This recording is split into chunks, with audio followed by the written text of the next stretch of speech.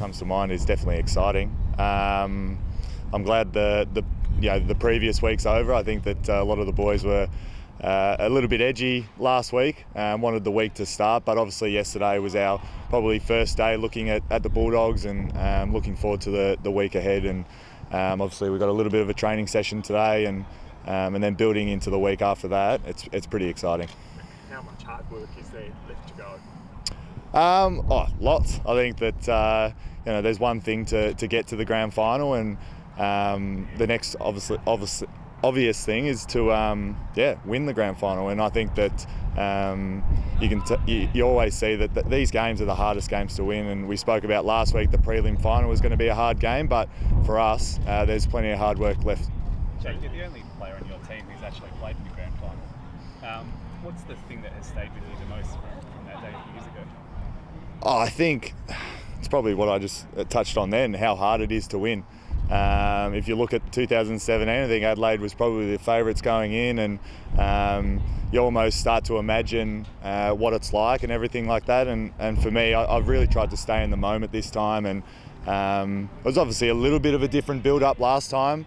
Obviously straight from the prelim, we didn't get a bye or anything like that, and we travelled to Melbourne, and my family lived in Melbourne at the time, and it's obviously super hard to sort of stay focused. But this time, with the circumstances that we have right now, it's been quite unique, but it's been pretty nice to be able to just relax and really stay focused. Do you think personally, like in terms of nerves and that sort of thing, that you're better for having had that experience? I think that I look back at that, and I'd only played probably 50 games at that stage, and before every game I get nervous. I'm like, it doesn't matter whether it's round 6, a prelim final, grand final, I get nervous before every single game. So in terms of nerves, they probably don't start kicking in for me until probably about 2 hours before the game. So I'm not nervous yet. I'm sure there'd be other boys that have different situations where they're nervous and probably thinking about the game already. But for me, it's just about staying in the moment and really taking it all in. What's your routine, Jake, for handling those nerves, getting to the line? I love my meditation. So I've obviously been doing that for about 3 years now. I love going in the beach. So when we're in the 2 weeks quarantine, it was bloody hard to sit in the hotel room. But we obviously had a great resort, and we had the pool and everything. So that's great in the background. I think that just really calming myself down, and obviously I speak to I've got 2 kids and a wife back home, and speaking to them every day really grounds me and sort of almost takes me back to just being grounded and not focusing too much on the game.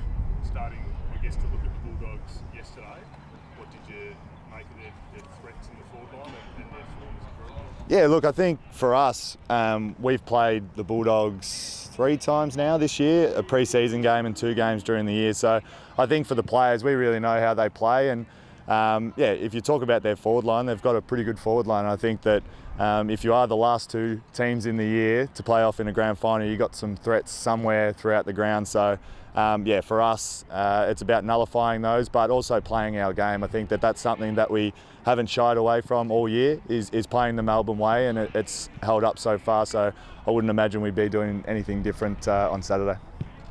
Josh Shackey played that sort of negating role in Lear and sort of took away his intercept marking.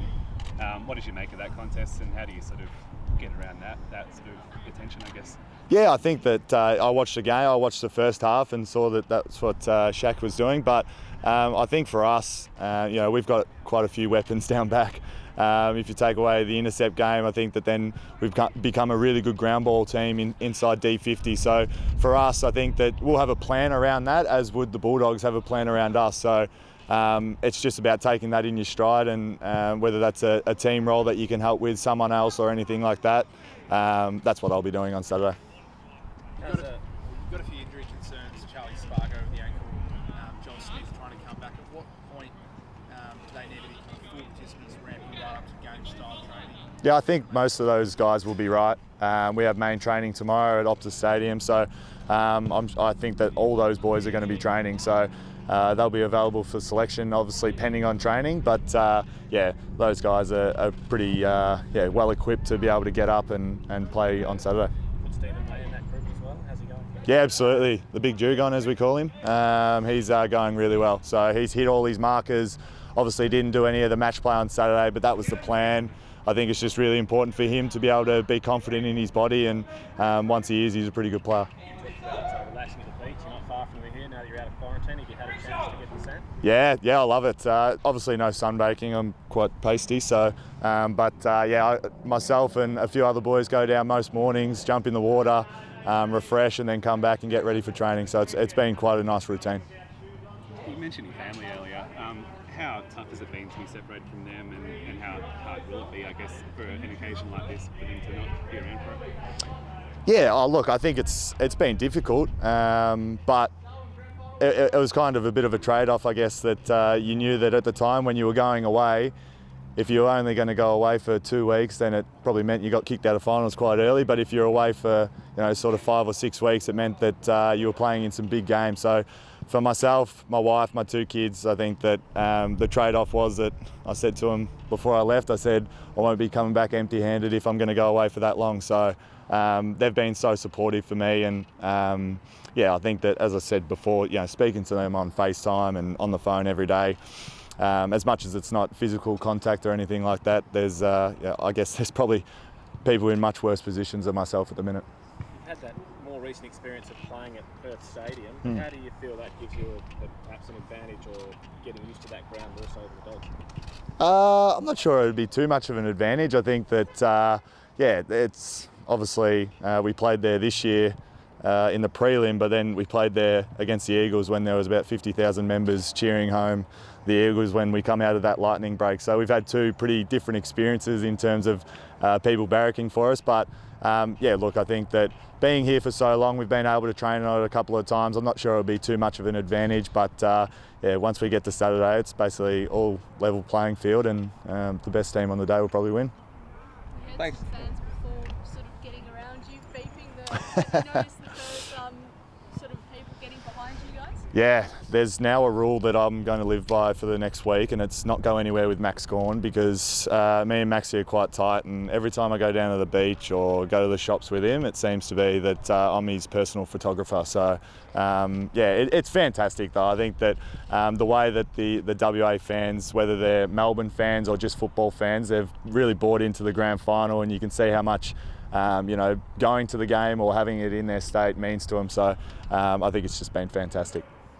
How do you reflect now, Jake, when you move from Adelaide to Melbourne in the way that it's panned out for you in your career? I think that when I left Adelaide, I was pretty content with my decision. I think that at the time, the opportunity to go back home, and as I said, I've got 2 kids and a wife now. I didn't have that at the time, but I knew that that's what I wanted, and to be able to have family support there has been fantastic. But if you, in terms of football stuff, I think if I sit here now, you'd obviously be super happy, but it hasn't been a clear road in terms of 2018 I was injured when the boys made the prelim final, and then 2019 and 2020 were up and down years for the club. So sitting here now, I'm just so proud of everyone that here, that what they've been able to do, and we've really been able to stick the course. I think that at the end of 2019 there were a lot of questions, and the club really put forward to making it the best football program, and I think that that's what we've done, and we've been able to really thrive in that.